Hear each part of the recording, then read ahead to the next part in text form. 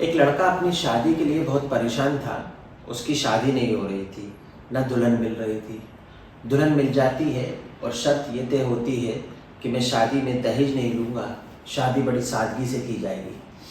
सादगी से मतलब होता है साधारण तरीके से कुछ रिश्तेदार आएंगे। लड़की वालों को ये बात मंजूर होती है और मंदिर से शादी कर दी जाती है। दोनों शादी करते हैं और सुहागरात मनाते हैं।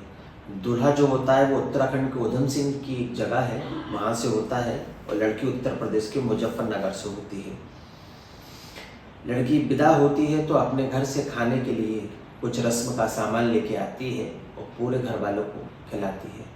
सुहागरात के दिन जब अगले दिन दूल्हा उठता है तो थोड़ी देर बाद उसे गहरी नींद आ जाती है।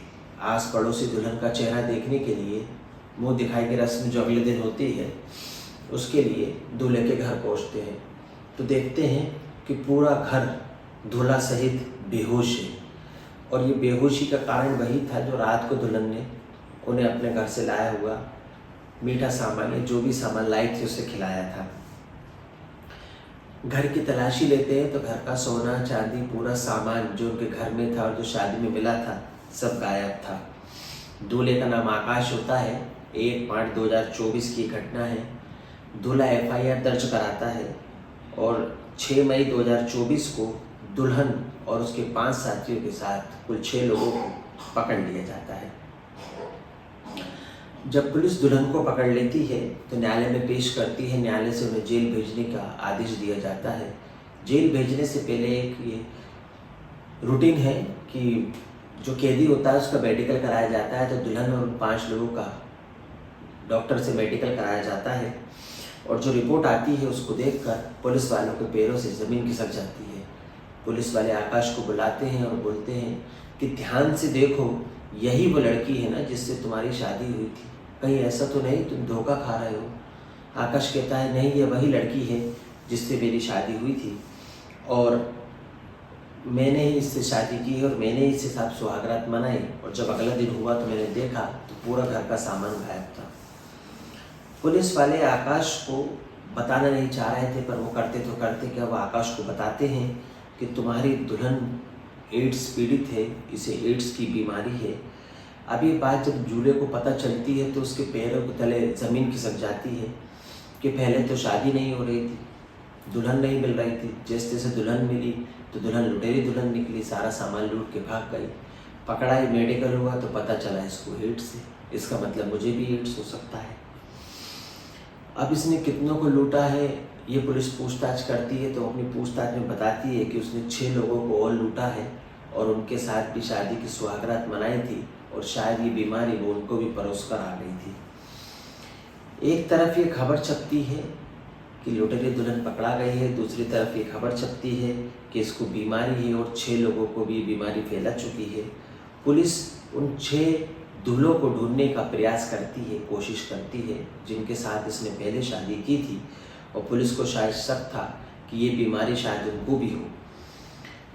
अब लुटेरी दुल्हन इसे नाम दिया जाता है और सब दूर चर्चा होने लगती है। उसके साथियों को जेल में भेज दिया जाता है और पता नहीं था उसके साथियों को भी कि इसको इतनी गंभीर बीमारी है। इस कहानी को सुनने के बाद आपको हंसी भी आएगी, गुस्सा भी आएगा और आप कहेंगे कि दुनिया में क्या क्या होता है और कभी भी किसी के साथ कुछ भी हो सकता है। नमस्कार, आदाब, सत श्री अकाल। आप देख रहे हैं प्रदीप स्टोरी, नई कहानी के साथ। आशा करता हूँ आप और आपका परिवार अच्छा होगा, खैरियत से होगा, सुरक्षित होगा। आप अपने परिवार का ध्यान रख रहे होंगे। चैनल पर पहली बार आए तो चैनल को सब्सक्राइब कर लीजिए ताकि मुझे आपका सपोर्ट मिलता रहे और यूट्यूब इस कहानी को आगे तक पहुँचाए। बात है 20 जनवरी 2024 की। बिहार का एक इलाका होता है कैमूर। पटना से इंटरसिटी एक्सप्रेस रात लगभग 11:30 बजे चलती है और ट्रेन चल रही थी और एक स्टेशन पर पहुंचती है। उस स्टेशन पर 2 लड़के उतरते हैं, आनंद और प्रमोद, और ट्रेन धीरे धीरे चलने लगती है। आनंद देखता है कि एक बोगी में एक महिला अकेले बैठी हुई है और उस बोगी में कोई भी नहीं था। ये चलती ट्रेन में उस बोगी में दोबारा चढ़ जाते हैं और उस महिला के पास जाकर बैठ जाते हैं और अकेली महिला को ये देखते हैं तो उनकी नीयत खराब होने लगती है। इनके मन में गलत विचार आ जाता है। ट्रेन चल रही थी, अगला स्टेशन 30 किलोमीटर दूर था और वो आखिरी स्टेशन था, उसके बाद कोई स्टेशन नहीं था, शायद इसलिए ट्रेन की भारी बोगियाँ खाली थी और उस बोगी में महिला अकेली बैठी थी। ट्रेन अगले स्टेशन पर पहुंचती है तो जब ट्रेन का आखिरी स्टेशन होता है तो जीआरपी सारे डब्बों को सर्च करती है कि कोई सो तो नहीं रहा, यदि सो रहा है तो हम उसे जगह दें, किसी का सामान तो नहीं छूट गया। और एक तरीके से ये रूटीन होता है कि पूरी गाड़ी की सर्चिंग की जाती है। तभी अंदर से अब चीख पुकार की आवाज़ आती है।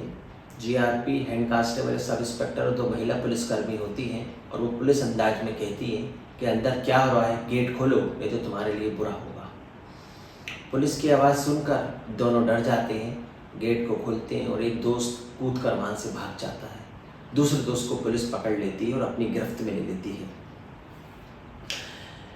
पुलिस पूछती है कि तुम कौन हो, कहाँ से आ रही हो, तुम्हारा नाम क्या है और वो लड़के कौन है जो तुम्हारे साथ गलत काम कर रहे थे। महिला से सवाल जवाब किए जाते हैं क्योंकि महिला से इस कहानी की शुरुआत होती है। उसने बताया, साहब मैं इनको नहीं जानती हूँ, ये कौन है, ये तो चलती ट्रेन में डब्बे में चढ़ गए और मेरे साथ ज़बरदस्ती करने लगे। पुलिस पूछती है तुम कहाँ से आ रही हो। जब पुलिस पूछती है और पुलिस को सवाल का जवाब मिलता है तो पुलिस उस महिला के जवाब को सुनकर हैरान हो जाती है और सन्न रह जाती है और आप भी सन्न रह जाएंगे। बने रहिए कहानी में मेरे साथ। वो बोलती है कि साहब मेरा इलाज चल रहा है, मैं दवा लेने के लिए गया गई थी और इंटरसिटी से मेरा आना जाना होता रहता है। पुलिस को उसकी बातों पर यकीन नहीं होता। पुलिस पूछती है कि तुम्हें क्या हुआ है और तुम्हारा किस बात का इलाज चल रहा है। तो वो बोलती है कि साहब मेरे पति की मौत हो चुकी है, मेरी तबीयत ख़राब रहती है और मैं अपना इलाज कराने के लिए गई थी, मुझे गंभीर बीमारी है। तो पुलिस पूछती है कि तुम्हें क्या बीमारी है। तो वो बताती है कि साहब मुझे एड्स है, मेरे पति को भी एड्स हो गया था, वो मुझे इस हालत में छोड़कर चले गए और मुझसे दूर हो गए ताकि मैं मर ना जाऊं, पर कुछ समय बाद उनकी मौत हो गई, मैं विधवा हो गई और मुझे भी एड्स हो गया। किसी ने मुझे बताया कि गया में इसका इलाज होता है तो मैं गई थी और इसी सिलसिले में मेरा आना जाना गया लगा रहता है और मैं गया में अपना इलाज करा रही थी। महिला कहती है कि मुझे नहीं मालूम मेरे साथ ऐसा क्यों हुआ, मेरे साथ ये क्यों हो गया। और पुलिस उसके बयान दर्ज कर लेती है। फिर वो पहले लड़के से पूछताछ करती है जिसे पुलिस ने पकड़ लिया था। तो वो बताता है कि मेरी उम्र 25 साल है और मेरा दोस्त जो भागा है उसकी उम्र 28 साल है। पुलिस ने पूछा कि तुमने ऐसा क्यों किया। तो वो बताता है कि हम लोग ट्रेन में चढ़े, हम इस महिला को नहीं जानते थे, इसे देखकर हमारे दिल में गलत विचार आ गया और हमने ये गलती कर दी। अब हमें पता ही नहीं था कि इस महिला को एड्स है और ये हमें बताती तो हमने इसको मौका ही नहीं दिया। लड़कों को पता चलता है, वो रोने लगते हैं। उनके परिवार को खबर दी जाती है कि आपके दोनों लड़कों ने जिस महिला के साथ गलत काम किया है उसको एड्स का भयानक रोग है, भयानक बीमारी है, हो सकता है आपके बच्चों को भी बीमारी हो गई हो। और जब उनके माँ बाप को पता चलता है तो वो बहुत रोने लगते हैं। महिला कहती है कि मैंने इन्हें बताने की कोशिश की थी पर इन्होंने मेरा मुंह बंद कर दिया, मुझे जान से मारने की धमकी दी, इसलिए मैं चुप रही और ये गलत काम करते रहे। इन्होंने गलत काम किया इसलिए इन्हें गलत काम का गलत फल मिलेगा। वो कहते हैं ना दोस्तों, बुरे काम का बुरा नतीजा ऊपर वाले की लाठी में आवाज़ नहीं होती है। 376D गैंगरेप का एक मामला दर्ज कर लिया जाता है और अन्य धाराओं में मामला दर्ज कर लिया गया है। उन दोनों को जेल भेज दिया, अभी कार्रवाई इसमें चल रही है। और अंत में मैं यही कहूँगा कि बुरे काम का अंजाम आपको बुरा भुगतना पड़ेगा, कर्म आपको अपने फल ज़रूर देगा। उधर जो कहानी हमने शुरू की थी वो 5 लोगों पर कार्रवाई पुलिस अभी कर रही है, उन लोगों को खोज रही है और वो लुटेरी दुल्हन और वो 5 लोगों की जेल में। इस कहानी को सुनाने का उद्देश्य किसी के अंतरात्मा, किसी का दिल दुखाना नहीं है, बल्कि आपको सचेत करना और जागरूक करना है। आपकी कहानी सुनकर हंसी और गुस्सा दोनों आएगा। अगली कहानी में फिर मुलाकात होगी। जब तक के लिए जय हिंद, जय भारत।